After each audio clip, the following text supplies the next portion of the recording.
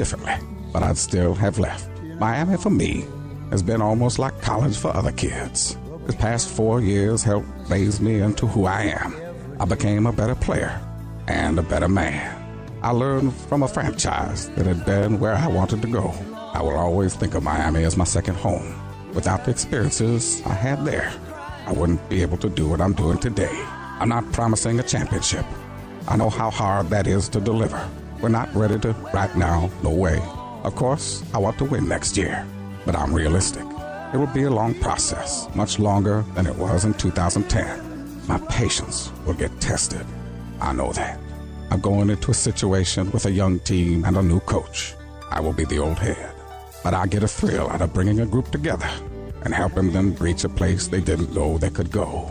I see myself as a mentor now, and I'm excited to lead some of these talented young guys. In Northeast Ohio, nothing is given. Everything is earned. You work for what you have. I'm ready to accept the challenge. I'm coming home. The end.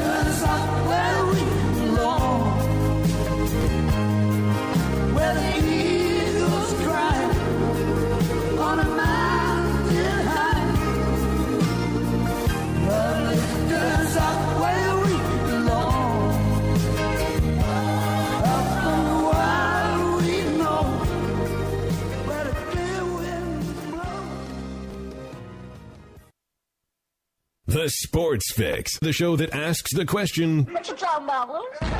What you talking about, Lou? What you talking about? What you talking about? What you talking about, Lou?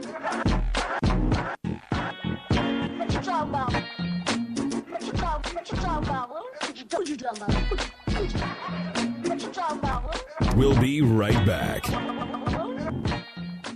Before we go to the break, guys, I want to talk to you just a second about our friends at GV Art and Design. Baseball's here once again. Cleveland, of course, excited, and GV Artwork teaming up with the Indians, and they're both going to knock it out of the park this season. And listen to some of the new designs they've got for Cleveland baseball fans everywhere. They've dug out an old classic, and they're bringing the heat with the new Wild Thing, Give 'em the Heater Ricky design. GV Artwork is teaming up with Cleveland fan favorite Michael Brantley and created a custom Dr. Smooth t-shirt. Plus, don't forget, they've got the Cleveland That I Glove collection, new tribal and Cleveland That I Love designs for women, and so much more. You can get GV Artwork designs on the website, gvartwork.com. And don't forget to use the sales code FIX10. That's FIX10, and you'll save 10% on your purchase. Or you can check out their new store in Lakewood on Detroit Avenue. Check them out in the Indians team shops and so much more. Cleveland That we all love, GV Art and Design. It's not just a shirt, it's a statement. Hey, Sports Fix fans, I'm Fred McLeod, TV voice for the Cavaliers. When I'm not busy taking elbows from my buddy Austin Carr, I'm tuning in to see what the guys are saying. Come on, Cavs! The engines are cranking and purring, and that can only mean one thing. Bike nights are back at Harry Buffalo North Olmsted. Rev up your hogs and head on down to Harry Buffalo North Olmsted every Monday night. Enjoy $3 drinks and beers, $5 pizzas, and crazy wing specials for all bikers, all on their open patio. Woo-hoo! Hot bikes, good friends, and great times are waiting for you. 4824 Great Northern Boulevard, right outside Great Northern Mall. Monday bike nights at Harry Buffalo, the proud sponsor of the Sports Fix. Sports Fix listeners, like us on Facebook today. Facebook.com/The Sports Fix. At the corner of Carnegie and Ontario, it's basketball time at the Q. Cleveland rocks! Have you gotten your copy of Cleveland's Finest yet? Highlighting the best moments, players, and media members in Cleveland sports history? In-depth, personal interviews with some of the top names in Cleveland sports fill the pages of this incredible book. Joe Gray, Fred McLeod, Hector Marinero. Discussing the most intimate and sometimes controversial details of the largest moments in our town's sports history. The Indians have won the divisional title. A perfect game for Len Barker. What a win for the Cleveland Cavaliers. Their first time in a playoff. It's the first book written from the players' point of view, with the media that covered it and the fans that watched. Finally, the true stories are told. From a miracle in Richfield to the NBA Finals. The Detroit Pistons have been booby-trapped. From a perfect game to a World Series one pitch from victory. From a Wildcat high school dynasty to the golden days of the Browns, Barons, and Crunch, this book will change the way the entire sports nation looks at Cleveland. Cleveland Cleveland's Finest by Vince McKee is this year's Man. Available now at Amazon.com. Get your copy today. Portions of the Sports Fix brought to you by Quick Lane at Valley Ford Truck, home of the low price tire guarantee. QuickLane.com/Valley Ford Truck. You're listening to the Sports Fix.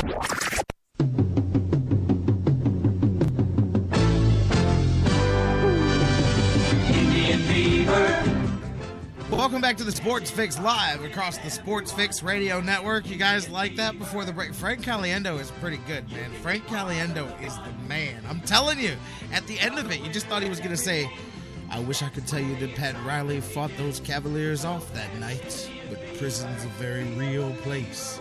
The Cavaliers had their way with Pat Riley that night. And I'm telling you, but good stuff, man. Thank you guys for listening and tuning in. Hopefully you enjoyed that. We're going to shift gears now, and it was a perfect segue because I was a little hot, man, and I had to lighten things up, and that cracked me up this morning. So hopefully you guys enjoyed that too. We're going to shift gears. You hear it, the Indians fever, the drum beating in the background. My man, Mike Brandenberry from DidTheTribeWinLastNight.com getting ready to join us here.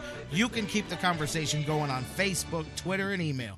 Facebook.com/TheSportsFix. Tweet with us at TheSportsFix, CLE. Email us, TheSportsFix@AOL.com. All ways to stay in touch with the show. Mike is on the phone lines. I'm going to him now. Mike Brandenberry from DidTheTribeWinLastNight.com. No, they did not. Mike, how are you doing? I'm doing good, Jerry. I'm probably doing a little bit better than the Tribe these days. I'm doing good. That may be. I'm willing to bet that if I was to ask you, what's the most cliched, overused line that you get from the people that interact with you with what you do with that website name, it's got to be the reaction to, well, yes or no, the simple, did the Tribe win, or no, they didn't, or whatever, you know? I always get a crack out of the people that, you know, when the Indians, are kind of struggling, will always send me these tweets that say no, or no because Nick Swisher struck out, or no because we couldn't beat a guy who, was a spot starter out of the bullpen. I never do, but I often want to respond and say, I know. I watched the game too. These all sound... I'm aware. I'm the guy that changes the banner every day, so I know. These all sound don't blame me. I didn't strike out. These all sound like ones you could have gotten in the last 24 hours. Were those just fresh off the top of your head, or you weren't just making those up? Sometimes it's too easy. Sometimes it's too easy. My man, I'll tell you what, a lot going on now as the Indians now sit still ahead of the game on this road trip so far. As I said earlier, it takes a little luster off the way it started with Detroit. Now, Kansas City, no more crucial than it was down the stretch. We'll talk about all of that, but a lot going on within the Indians this week. I know the first thing I want to talk about, you and I talked, and I had mentioned it Monday when you were putting it up, the article, the interview that you did with Francisco Lindor, as it has now begun the official clock ticking with him. And really it fits the time frame that the Indians had all along, even though it may have been escalated to the date by Asdrubal Cabrera's injury, but Lindor now moved up one level away from the big league level. Talk to me a little bit about your excitement about that. Yeah, we kid all the time that, I'm the Debbie Downer or the wet blanket of your show, when it comes to the Indians.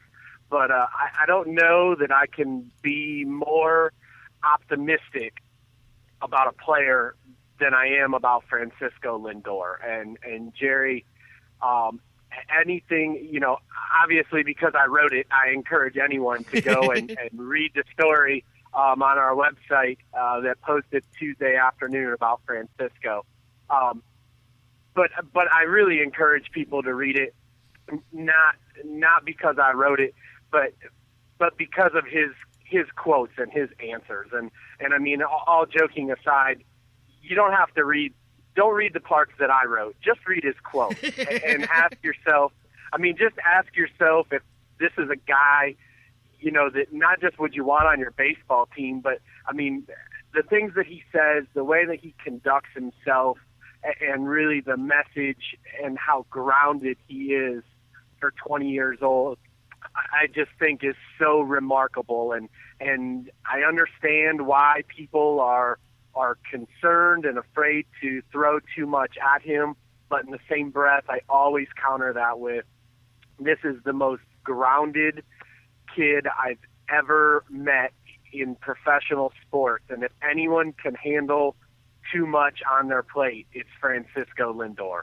Here's the thing about Lindor, you guys, for everybody that's listening. When people talk about trades and prospects that are untouchable and what makes them untouchable, it's not just because they're number one on the chart of the franchise's prospects or whatever. What Mike just said, some guys you get, varying reports. I mean, what Mike just said, and we have not even touched the on-the-field stuff yet, is to a man what every person who has come across Lindor, worked with him, coached him, teamed with him, whatever spectrum you want to go to a man, they all say the same thing. I mean, and that is what, I was telling people what you texted me the other day. I said at Monday that you believe he may be the best player the Indians have developed since Manny Ramirez. And I mean, you listen to the people when he came in. I mean, he is so much ahead of his years as a person, like you said, as a human being, as well as on the field. And where I say, what you said, people afraid to throw too much at him, my counter to that too is, I agree, except when a guy continues to eat everything that you throw at him and ask for more, is there such a thing as moving too fast? As we've seen, the tendency nowadays has shrunk that window so much faster than it used to be for getting these guys up to the major league level. Yeah, and I think, the thing with Francisco to really keep in mind is I really think when you look at him, because he has handled really everything that has been thrown at him, I want to preface this.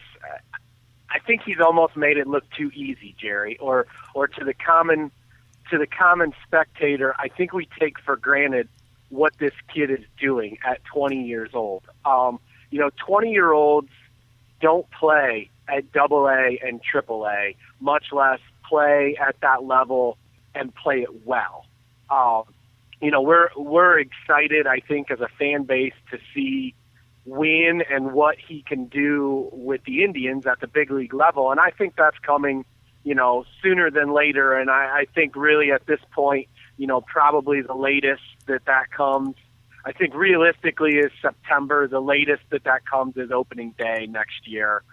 And if at its latest, he's 21 years old, and that is, it happens, but it's pretty special when it happens. And that's why I say things like he is the best prospect that they have developed since Manny Ramirez. And I know that that's a bold statement, and I told you if you want to count CC Sabathia, I guess, as a player, right? I mean, you could put him in the argument, but I would argue with you if CC Sabathia's career is in jeopardy as it is right now.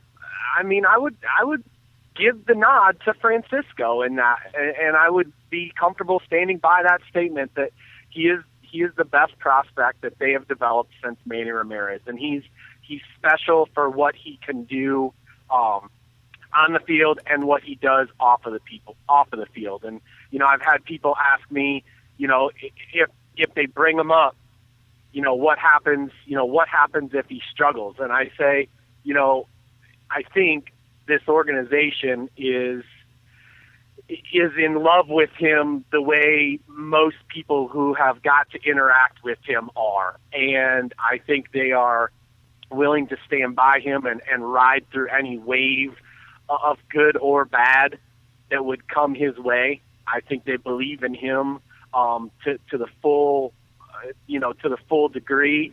And I think Francisco is as wired as anyone to handle any ups or downs. I mean, he's a kid that doesn't get too high and he doesn't get too low. I mean, the things that he talks about on a daily basis, I mean, is what you want to hear in any athlete. I mean, is what you want to hear in a coworker. I mean, I don't care if you're a ball player or a garbage man or a painter. I mean, he talks about, what's best for the team, and he'll do, whatever is best for the team. And and trying to help the team win and being as